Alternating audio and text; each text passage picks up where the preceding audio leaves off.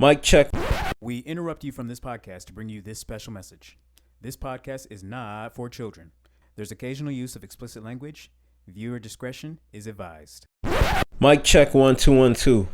It's the 21st century Schizoid man, aka Mr. By himself, he's so depressed, aka the Louis Vuitton pawn, aka Mr. Jumping Out the Window. Warning, if you do not like Kanye West or you do not want to hear about Kanye West in any of your 21st century Schizoid man related content, please fast forward 18 minutes. Thank you. Because Moth is a Kanye West stan.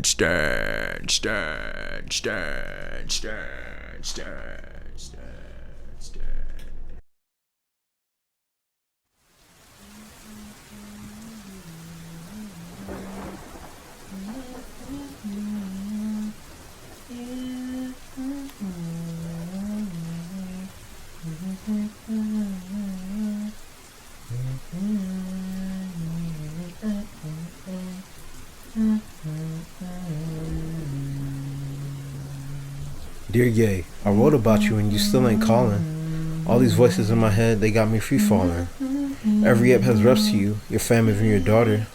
I guess the show's not big enough, so why do I even bother? I put my hand to the stove to see if it really burned. I've been off Ep3 for like 2 years now, guess it's my turn. The TV said you tripping too.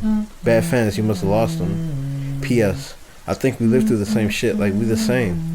I'm not lying, you stole my work, I'll let it slide if you use my name. Been stealing my lines, dog, you should be ashamed. Ha, just playing, I would never do that, Ye. I even went to the Pablo show and thought I could jump on that floating stage. Wow, I was looking at my idol up above. He was going through some shit with his head. Damn, a few days later, I woke up strapped to a hospital bed. Bro. Wow, you really did that, huh? Oh my god. So I guess you took me calling you a stan literally, huh? No, that was just my spoken word poetry, bro. Oh my god. So we just out here remixing Eminem songs in the spoken podcast. Word. All right, got you. I didn't want to stop you, man, but I wish I did, honestly. Come on, now. That was expression. Get the, you know, oh, you expressed something, all right. Yeah, you expressed something. But I think you started on something good though, and we should probably break this down. Like, you and Kanye have a lot of parallels, man. True. And for those of you guys that didn't know, like, Kanye was diagnosed as bipolar, and bipolar disorder and schizophrenia are very closely related mental illnesses. Ever since Kanye's little TMZ incident, it's been 100% apparent that something wasn't right up top with Ye. And delusions of grandeur is something that we constantly talk about, and I personally think that like 90% of the time that Kanye goes on his rants, or some like to call streams of consciousness, that it's the bipolar talking. Mental illnesses can fundamentally change the way a person thinks. Shit, I remember, like, we've had conversations and you told me straight up that you thought that you can live forever, literally, and you were dead serious about it, which I think you still may or may not believe in. Like, I'm not sure. But anyways, back to the topic of today's podcast. So the name of the podcast is obviously, I thought I was Kanye. And so as we said earlier, Maf is obviously a Kanye West stan. I mean, you can just tell by the name of this podcast, obviously the 21st century Schizoid man. Yeah, and a bunch of other references like throughout the show. And so fun fact is, Maf actually sees a lot of parallels between he and Kanye West. And there was actually a time in his life where he literally he was going through hallucination where he thought he was Kanye. Like, somewhat persistent hallucination. You mean you still experience that today? What the? Okay, but yes, yes. I do not recall. Okay. But yes, there was a time where he in fact thought that he was Kanye West. I remember the first moment I actually thought I was Kanye. It was in high school, around my junior year, sometime around Thanksgiving. It was a moment that I was about to get arrested. I remember Kanye West Power, the music video playing on the TV. And if you know the music video, you know that this video is kind of, it's bombastic. It sticks with you. It's not something that you take lightly. So all this going on at the moment, alongside with this music video playing on the TV, it was memorable. It was my first delusion of grandeur. I felt like no one could stop me. I felt like this was freedom. I felt like for the first time, I was invincible. But in all honesty, it was the beginning of my own personal hell. Now, we're not exactly here to defend Kanye West, but in all honesty, some of the signs that you see him, some of the things he does in public and some of the outbursts he has are clear as day signs of somebody that's mentally ill, right? And he's self-proclaimed, and I believe he's diagnosed as bipolar. And now, just so we're all on the same page, we want to talk a little bit about some of the symptoms and things that people with bipolar disorder face. So just a quick primer for those that aren't necessarily familiar with bipolar disorder. Typically, you experience low lows, and you also have on the opposite end of the spectrum extreme high moods. And we kind of wanted to go over some of the higher, like the symptoms you experience when you're in a high period, just because those are a little bit easier and quicker to notice, and it's a little bit easier to tell when something's wrong with somebody. Like in Kanye's case, right? Like you'll see that sometimes he'll have like an energetic mood, feeling extremely high up, happy, optimistic, and they'll have like an inflated self-esteem. And sometimes you might notice a rapid and disoriented speech characterized as abnormal communication patterns, where speech and communication can come across as strange to the perceptions of normal standards. And then this is a huge one: overconfidence and poor decision making. When someone's going through a manic period, irrational confidence can come into play. That usually leads to taking on too many tasks at once, or thinking they can do things that are not possible or feasible, and also poor decision making, which leads to overindulgence of things that might give them pleasure, such as drinking, drugs, or eating. And typically this person does not consider the results of the poor decisions that they made. And the final one is delusions of grandeur, which includes acting or engaging in thoughts or beliefs that contradict reality. Examples of this can include a person thinking that they can do anything and that they're invincible.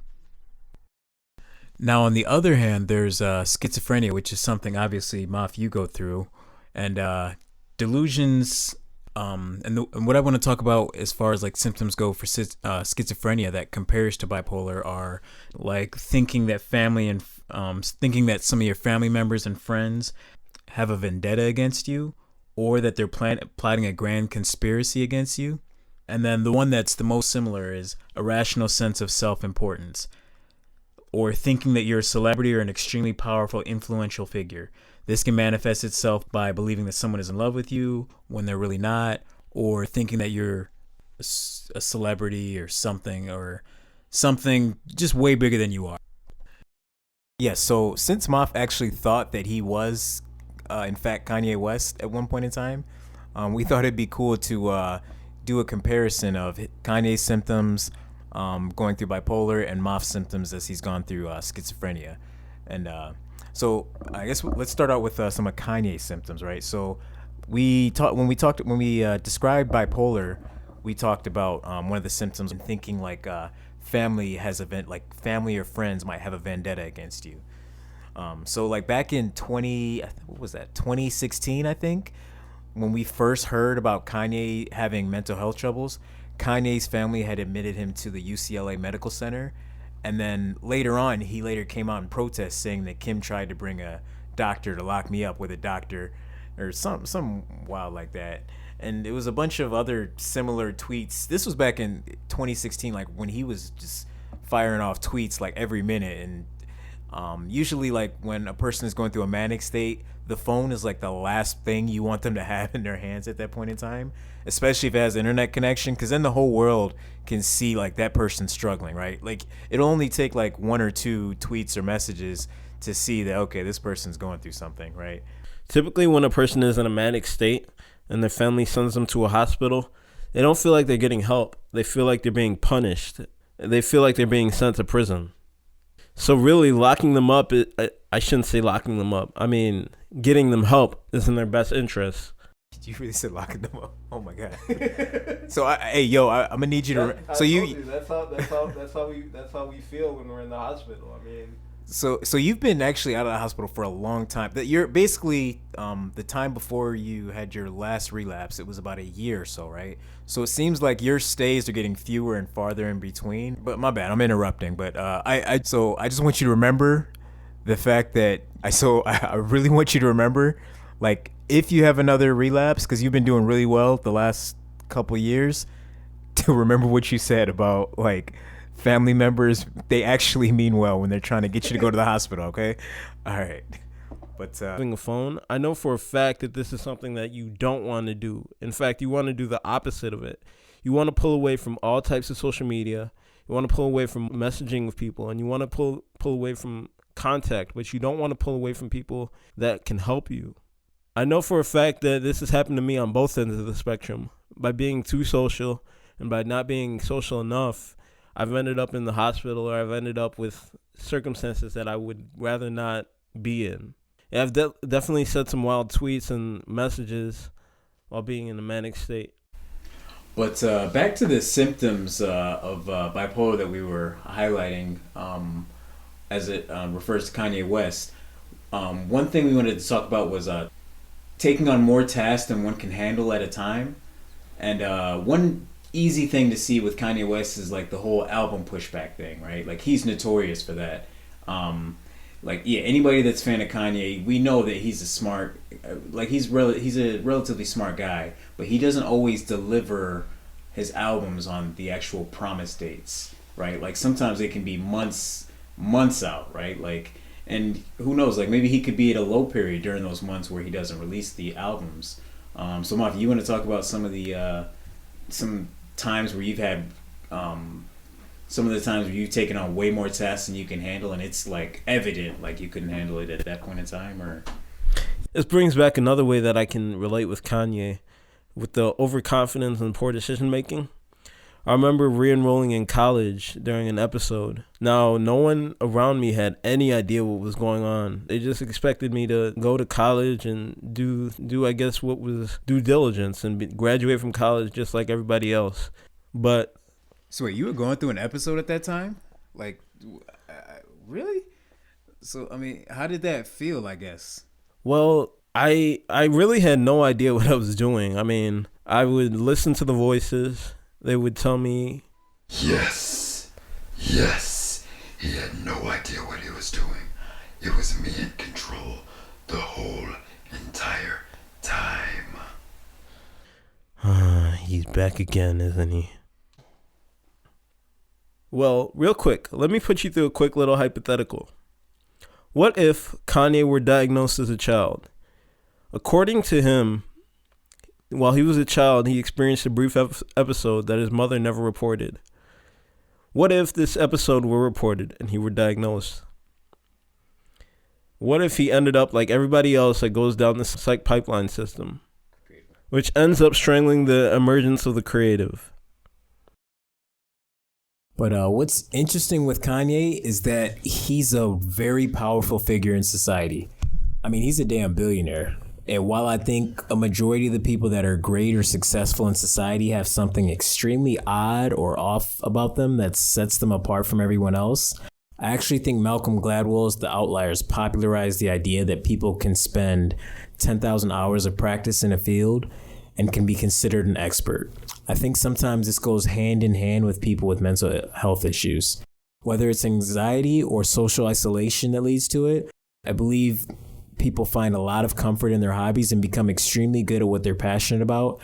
And I have absolutely no scientific data to back this up, but I'm of the impression that there are certain people that suffer from mental illnesses that are extremely intelligent and have high functionality in certain parts of the brain. Not sure what it is. And the list of famous people or geniuses that suffer from some kind of mental health issue is extremely long. And it's becoming less and less taboo these days to talk about these issues in public.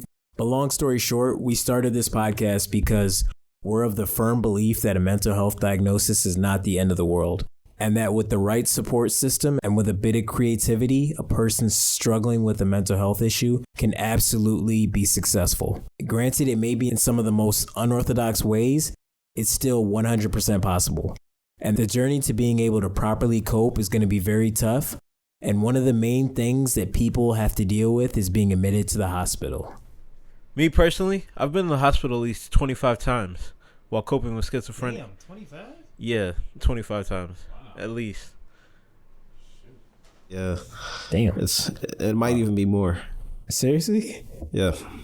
Oh, man. Okay. All right. With proper intervention and support, I'm sure we could have avoided some of these ordeals. Damn. Wow. That's a lot. That's more than I thought it was. But I guess back to Kanye. Never thought I'd say that. But Kanye himself was actually admitted to the hospital back in 2016 for exhaustion and sleep deprivation. In terms of what we like to call our support side schizonomics, lack of sleep is a major red flag. I cannot tell you how many times my brother has had a relapse while going on a binge or marathon of no sleep.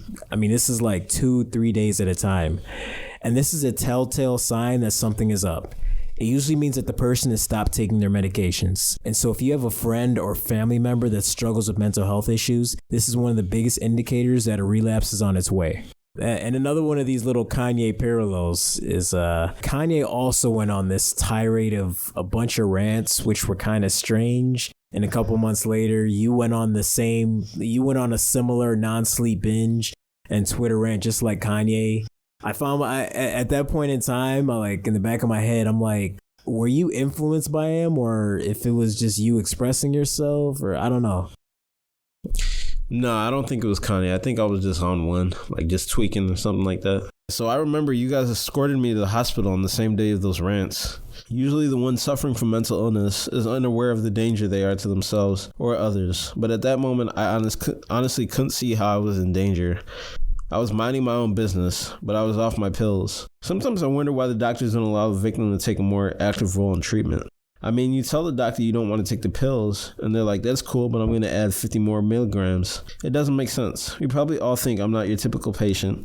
I'm a whole other person, but I guess to a doctor who sees multiples of the similar cases, treatment must be fairly consistent. I know many a time when I wasn't taking pills that I would have been fine without hospitalization. So you think. I don't know. I guess on the support side, we may have been a little late in dealing with your hospitalizations. On multiple occasions, I remember you getting violent after saying that you had taken your medication. You hadn't, and we had to deal with the problem. Oftentimes, this meant calling the police or responding to your violence with more violence in an attempt to calm you down. I don't know. We've been in many a tussle. And I'm pretty sure this is why the doctor doesn't allow the patient to take as much of an active role in treatment. I mean, at that point, you were a danger to us yourself, and you didn't even realize it. And it's been a while. You've definitely calmed down ever since your earlier days. And studies show that schizophrenia actually gets better as the person ages. So a lot of this stuff is behind us, minus the voices, right? The voices are still a prominent... Yeah, there's still a prominent factor in your life, but another issue that arises around the beginning of some of your relapses was the bargaining against going to the hospital. And typically at the start of this relapse, I don't think we understood that you were in no condition for rational thought, and probably as a result, we would listen to you and you would claim things like, if you don't send me to the hospital, I'll go back to sleep. Or I'll get back on my meds if you let me stay, which when you're in this relapse state, any kind of peace and quiet from you is such a relief. We would listen to it just because we were at a point where we had no clue what to do, right? And so at that point, you'll say, I'll get back on my meds. Or you would say things like, I'll get back on my meds if you let me stay, if you don't take me to the hospital. And we would kind of allow you to continue on with your strange behavior. And then things would kind of escalate and get even worse and worse. And then the police would end up being called. We honestly just should have made the judgment call then and there just to just to take you to the hospital or have you escorted there. It probably would have saved a lot of headache. Thankfully, unlike the very first time where they sent you to juvie, you've pretty much just been sent to the hospital when things are wrong, which is really the best place for you to be, in all honesty, when you're in this relapse state. And the funny thing is, it's not always us sending you to the hospital. You've definitely had the police called on you once or twice by strangers. So, but we definitely appreciate that you ended up in the hospital and not in jail. When going through these things, I feel that I'm completely in control, regardless of how strange I may sound to an outsider. I tend to think that there is an overload on support side schizonomics. I assume that my family is being overbearing and going to the extremes. I try to avoid the hospital by any means necessary, and this manifests through my bargaining phase. Usually my stress levels start to elevate as I imagine the type of treatment I might receive at the hospital. In the past, I've been known to get belligerent with the hospital staff as per my voices. This was more prevalent 2 years ago, and of course back then, the response to my belligerence would have been physically restraining me. As the stress increases prior to a hospitalization, the voices begin to accelerate and behavior begins to deteriorate. One huge giveaway which all my doctors have picked up on was the loss of control of my eyes. My eyes wander upwards and are juxtaposed there for what seems like hours. I lose control of my body and start to lash out. This is what happens before the more severe hospitalizations. Whenever I lose control of my eyes, I know I'm in trouble. According to live science, loss of eye control is sometimes a byproduct of schizophrenia. The study reads, the technology also could identify schizophrenia. When asked to visually follow a moving object in a task called the smooth pursuit test, schizophrenics have trouble keeping their eyes on the target and constantly have to play catch up. While this is alarming, and I want to clarify that nowhere in recent research has a connection been drawn between schizophrenia and blindness. In fact, strangely enough, early blindness and schizophrenia have a negative correlation.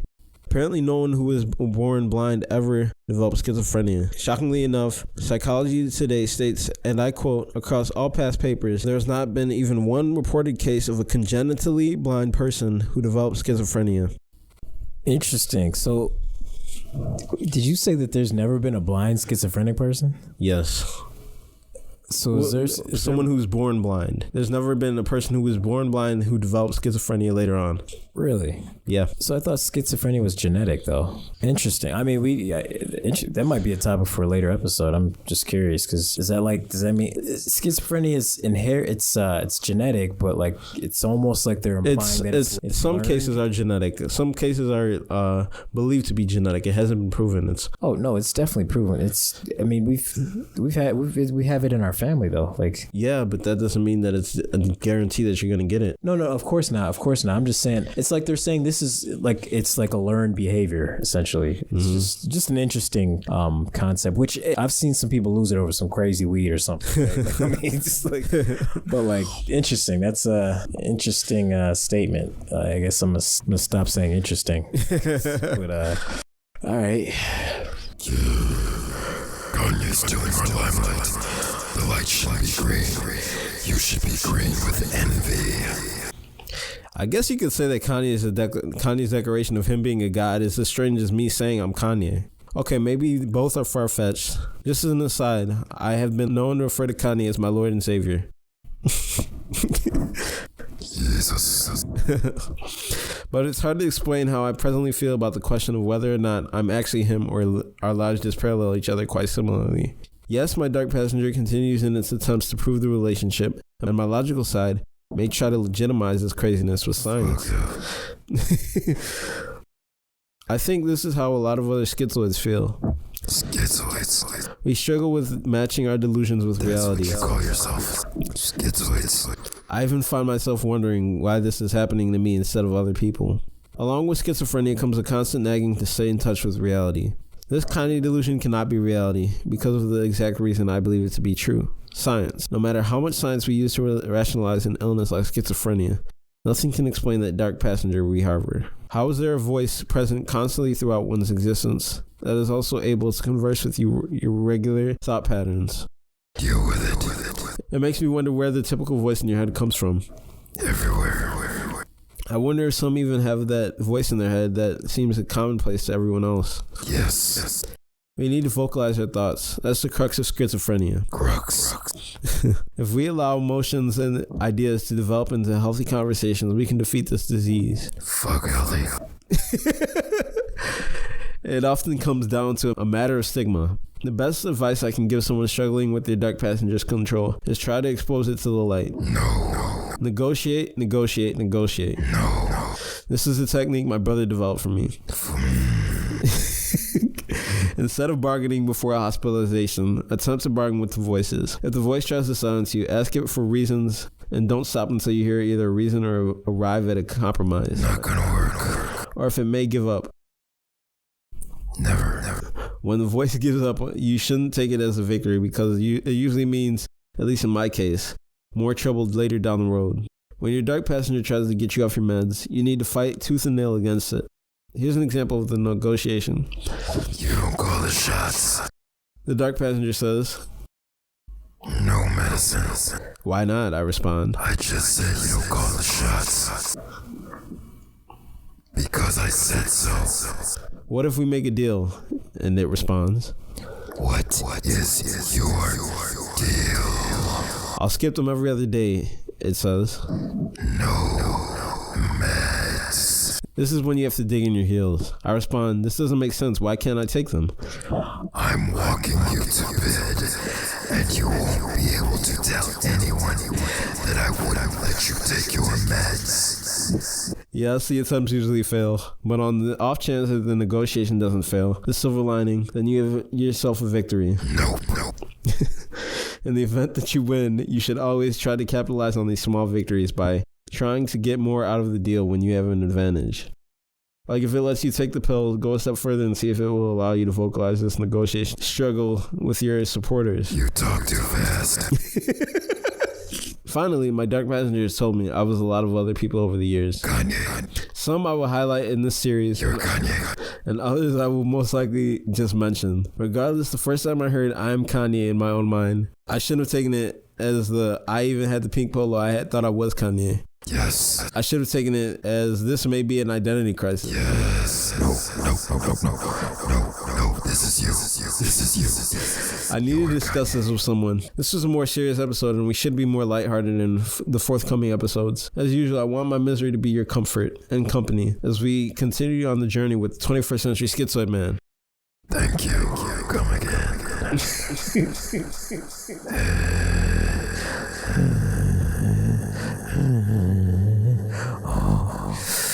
Yes, it's my solo. I am the 21st century. I'm sure no one else can hear that. I am the 21st century. Hear what, bro? Hear what? Oh, you were hearing the voices again? Oh, man. Oh, boy. I hope they can hear it because I sure maybe I'm you know what, I don't know. I don't know. All right, man, signing off.